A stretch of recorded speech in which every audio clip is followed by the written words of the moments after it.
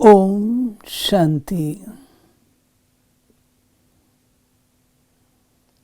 संगम युग पर पारलौकिक, अलौकिक और लौकिक तीनों पिताओं का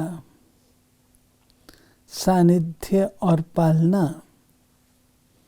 एक भाग्य है, और इससे भी ऊंचा भाग्य है कि अलौकिक और पारलौकिक पिता के साथ पाठ में आना। कल्प कल्प की नूंद संगम युग पर हो जाती है। प्यारे ब्रह्मा बाबा जो सारी सृष्टि के रचयिता और संगम युग पर माता पिता दोनों रूपों से पालना देने वाले, त्वमेव माताश्च पिता का अनुभव संगम पर ही हम बच्चे कर पाते हैं। जब शिव बाबा ब्रह्मा मुख के द्वारा हम बच्चों से मिलते, मुलाकात करते, पढ़ाते, पालते और योग्य बनाते हैं। मेरी मुलाकात ब्रह्मा बाबा से पहली बार 1959 में हुई। कानपुर से पार्टी मधुबन गई थी और उस पार्टी में अपने लौकिक माता पिता के साथ मुझे भी जाने का अवसर प्राप्त हुआ था। उस समय मेरी आयु मात्र 9.5 वर्ष की थी। बाबा और मम्मा दोनों ही वह हॉल जो अब मात्र पैसेज रह गया है, उस हॉल में हम बच्चों से धरती पर बैठकर मिलते थे और एक एक बच्चा बाबा के सम्मुख जाता था, मम्मा के सम्मुख जाता था, दृष्टि प्राप्त करता था। उस स्नेही, रूहानी, शक्तिशाली ईश्वरीय गोद का अनुभव करते मुख में टोली प्राप्त करता था। धीरे धीरे सब मिल रहे थे,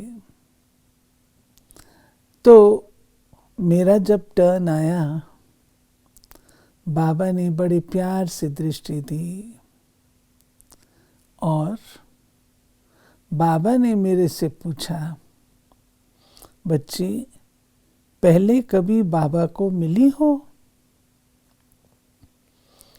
तो बाबा की पर्सनालिटी ऐसी रूहानी, करिश्मेटिक थी जो सब कुछ भुला देती थी। रास्ते भर टीचर ने सिखाया था कि बाबा ये प्रश्न पूछेंगे और आपको ये जवाब देना है। भिन्न भिन्न प्रश्न बाबा उन दिनों भाई बहनों से पूछा करते थे। कितने बच्चे हैं, आदि आदि। मेरे से जब ये सवाल किया, मुझे पक्का था, जवाब देना पक्का था, बाबा कल पहले मिली हूँ। लेकिन बाबा के सामने जाते सब भूल गया और बाबा को मैंने कहा, नहीं बाबा मैं पहली बार मिल रही हूँ। अचानक मुझे याद आया, नहीं टीचर ने तो कहा था कल पहले मिली हूँ, ऐसा बोलना है। बाबा मैं 5000 साल पहले आपसे मिली हूँ। बाबा ने मुझे अपनी गोद में ले लिया, मेरी पीठ थपथपाई और बड़े प्यार से कहा, बच्ची ने सबक अच्छा याद किया है। ये शब्द मेरे कानों में गूंजते रहते हैं जो बाबा ने पहली मुलाकात में दे दिए कि बच्चे, जो मैं पढ़ाता हूँ वो सबक पक्का याद करना है, अर्थात अपनी धारणा में सदा लेकर के आना है। दूसरी मुलाकात उसी दौरान थी। रोज़ हम मुरली तो सुनते थे, लेकिन बाबा एक एक परिवार से अलग अलग भी मिला करते थे। तो शाम का समय था, गर्मियों के दिन थे और बाबा की चारपाई बाहर आंगन में थी, पांडव भवन में। आज तो वहाँ कंक्रीट का फर्श है। उन दिनों बड़ा सिंपल मिट्टी होती थी। शाम को उस पर हम लोग पानी छिड़क देते थे ताकि धूल ना उठे, और बाबा उस चारपाई पर बैठे थे। बाबा, मेरे लौकिक माता पिता और मैं, हम चारों ही उस चारपाई पर थे। और बाबा ने माता पिता से जो बात की वो तो अलग, परंतु जब बाबा मेरे से मिले, मेरे बारे में चर्चा हुई, तो बाबा ने कहा पिताजी को कि बच्ची को पढ़ाना, दोनों पढ़ाई पढ़ाना और अंग्रेजी में पढ़ाना, इसे मैं विदेश भेजूंगा। त्रिकालदर्शी बाबा ने उस समय क्या देखा, हालांकि पढ़ती तो मैं इंग्लिश स्कूल में ही थी, लेकिन बाबा ने जैसे मेरा भविष्य वाक दिया।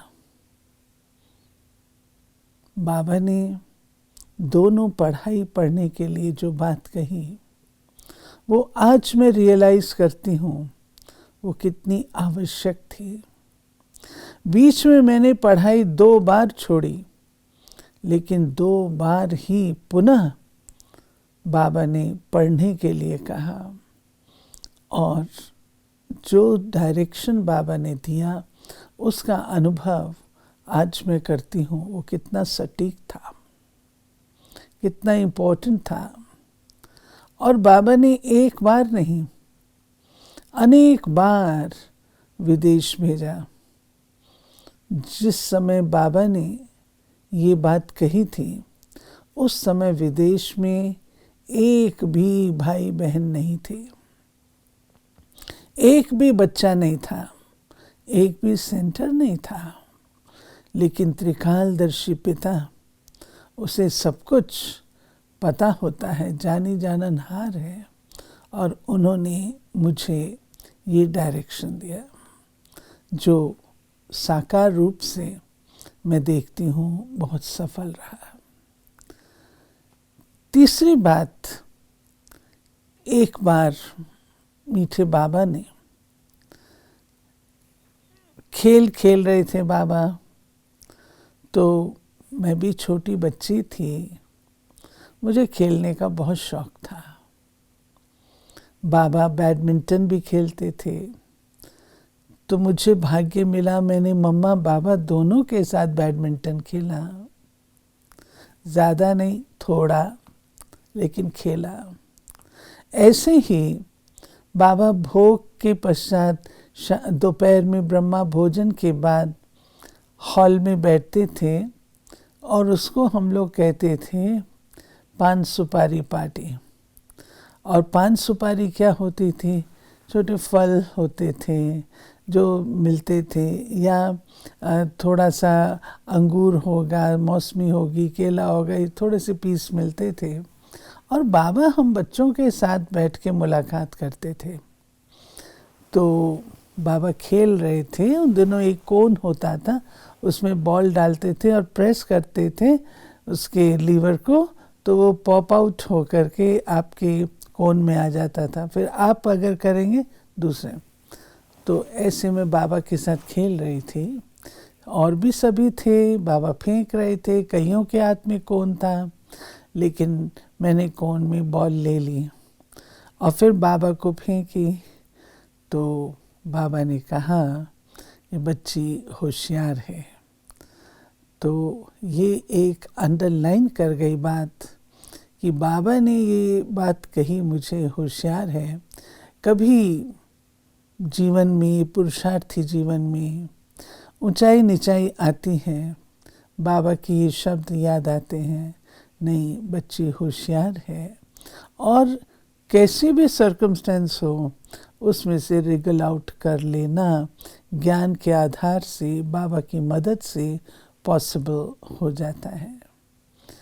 इसी रीति से बाबा जो भी बात कहते थे, अगर हम उसको स्वरूप में ले आते हैं, एक याद रखते हैं, स्मृति का जल, और दूसरा स्वरूप की धूप, अगर ये हम रेगुलर उस वरदान के बीज को देते रहते हैं तो वरदान फलीभूत होता है। ऐसे एक बार हम बेंगलोर से आए थे, और बेंगलोर में बाबा उस समय बेंगलोर को मद्रास बोला करते थे। तो मैं थी, मेरी छोटी सिस्टर थी, मुरली पूरी हुई। उन दिनों बाबा टोली बांटने के लिए कोई ना कोई शर्त लगा करके बच्चों को उठाया करते थे। बाबा ने हम दोनों बहनों को उठाया, दीदी को कहा वो मद्रास की सिस्टर्स का जोड़ा कहाँ है, हम दोनों को उठाया, और बाबा ने वायदा ले लिया कि सदा बाबा के बन करके रहेंगे। और वो जो वायदा डायरेक्ट बाबा को दिया वो आज दिन तक निभ रहा है। बाबा हर आत्मा को कैसे चलाना है, बाबा ने जब वायदा लिया उसके बाद कहा बच्चे अब टोली बांटो। तो इस प्रकार से मीठे बाबा हर आत्मा को उसकी भविष्य को देखते हुए उसकी जिंदगी की राह सेट कर देते थे। कभी साधारण लगता है, लेकिन नहीं, जो भगवत वाणी ब्रह्मा के मुख से निकली वो जीवन के लिए एक सिद्धांत, फाउंडेशन तैयार कर देती है। बाबा सदा मुझे आशा बेटी कहते थे, आशा बेटी कह के पुकारते थे। एक बार बाबा ने बहुत ही युक्ति से, बाबा से मिल रहे थे, बड़े दीदी ने बाबा को कहा बाबा ये भाषण करती है, इंग्लिश में भाषण करती है। बाबा ने कहा हाँ बच्ची। मैंने कहा, बाबा ने कहा किस टॉपिक पे करेंगी, शाम को करोगी क्लास में। मैंने जैसे बाबा कहते थे तो एकदम ऐसे लगता था जैसे कि हम पिता से बात करें, सरल रूप से। उस समय सोच कुछ नहीं चलता था, लेकिन जब बाबा ने कहा बच्ची भाषण करोगी, कहा हाँ बाबा। बाबा ने कहा किस टॉपिक पे करोगी, कहा बाबा जो टॉपिक आप देंगे, जैसे कि बहुत होशियार कोई व्यक्ति हो। खैर बाबा ने मुझे टॉपिक दिया वर्ल्ड पीस। उन दिनों बाबा की मुरलियाँ भी वर्ल्ड पीस पे चल रही थी। बाबा ने कहा तुम भाषण करना, बाबा सुनेगा। तो मुझे लगा, बाहर निकली बाबा के कमरे से तो होश आया, मैं भाषण करूँगी और बाबा सुनेगा, मैं तो नहीं कर सकती। मैंने रोज़ी बहन को कहा मैं भाषण नहीं करूँगी। रोज़ी बहन ने कहा तुमने ये बात बाबा को बोली है, अब तुमको करना ही पड़ेगा। मैंने तैयारी की, शाम की क्लास चालू हुई, गद्दी पर बैठ के मैंने भाषण शुरू किया, और शुरू करके पूरा भाषण फिनिश करके मैं नीचे आके बैठ गई। सामने नलने दीदी और लता बहन जो सूरत में थी, दोनों बैठे थे। उन्होंने कहा तुमको पता है तुम्हारा भाषण बाबा ने सुना। मैंने कहा है, कहाँ से? बाबा तो क्लास में नहीं आया। परंतु किस समय ईशु दादी उठी, बाबा को लेकर के आई, पता नहीं लगा। मैं तो करके आराम से आके बैठ गई। लेकिन बाबा ने हिस्ट्री हॉल की जो पहली खिड़की है उसके पीछे चुपचाप आकर के खड़े हो गए और वहाँ से सारा भाषण बाबा ने सुना। और जब मैं नीचे उतरी, बाबा ने शाबाश दिया और मेरे को बुलाते थे बाबा, इंग्लिश वाली बोलते थे। इस प्रकार से बाबा ने भाषण में करेक्शंस भी दी, शाबाश भी दी, क्या बात सुनानी है वो भी बताई। और ऐसे बाबा ने इस चीज़ को भी मुझे वरदान के रूप से बाबा ने दिया। समय की सीमा को देखते हुए लास्ट मुलाकात जो मेरी बाबा के साथ हुई और उसका लिंक अव्यक्त रूप की मुलाकात के साथ भी है। बाबा मधुबन में मच्छर हुआ करते थे तो हम लोग धूपवास करते थे। हम कन्याएं थी, छोटी छोटी कन्याएं थी हम, तो सब कमरों में धूपवास करते थे ताकि मच्छर ना आए। और उसकी शुरुआत बाबा के कमरे से करते थे। रात का टाइम था, सब सोने में थे, हम बाबा के कमरे में गए। बाबा चारपाई पर बैठे थे, टांगे नीचे थीं और बाबा